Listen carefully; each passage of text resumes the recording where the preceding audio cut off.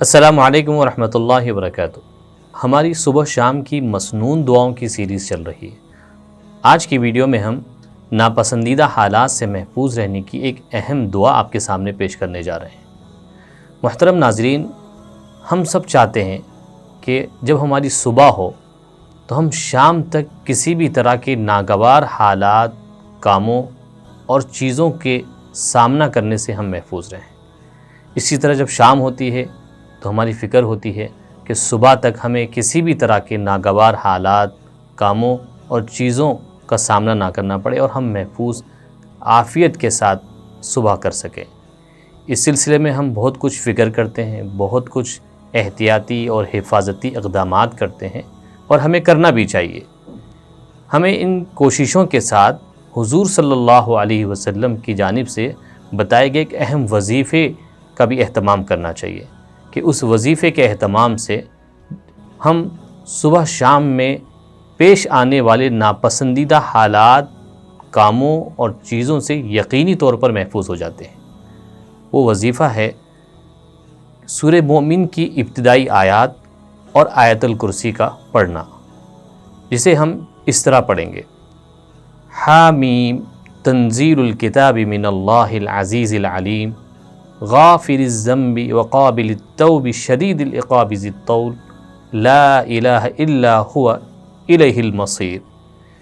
اس کا ترجمہ ہے، یہ کتاب اتاری گئی ہے اللہ کی طرف سے جو زبردست ہے، ہر چیز کا جاننے والا ہے، گناہ بخشنے والا ہے اور توبہ قبول کرنے والا ہے، سخت سزا دینے والا ہے، قدرت والا ہے، اس کے سوا کوئی عبادت کے لائق نہیں، اسی کے پاس سب کو جانا ہے۔ ان آیات کے بعد ہم آیت الکرسی پڑھیں گے: اللہ لا الہ الا هو الحی القیوم لا تأخذہ سنۃ ولا نوم لہ ما فی السماوات وما فی الارض من ذا الذی یشفع عندہ الا بإذنہ یعلم ما بین ایدیہم وما خلفہم ولا یحیطون بشیء من علمہ الا بما شاء وسع کرسیہ السماوات والارض ولا یؤودہ حفظہما وہو العلی العظیم۔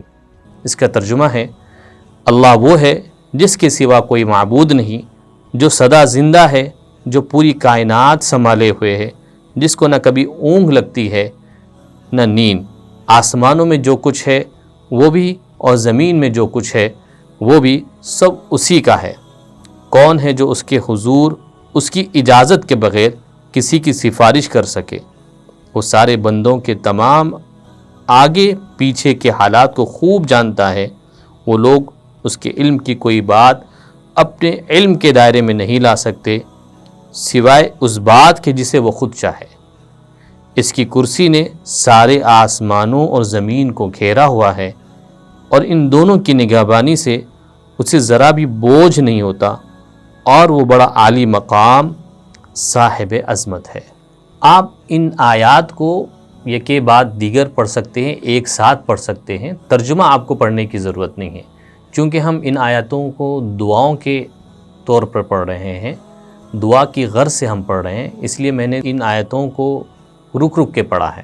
حضرت ابو ہریرہ رضی اللہ تعالیٰ عنہ فرماتے ہیں کہ رسول اللہ صلی اللہ علیہ وسلم نے فرمایا، جو شخص سورہ مومن کی ابتدائی ان آیات کو اور آیت الکرسی کو صبح کے وقت پڑھتا ہے تو وہ شام تک ناپسندیدہ حالات، کاموں اور چیزوں کے سامنا کرنے سے محفوظ ہو جاتا ہے۔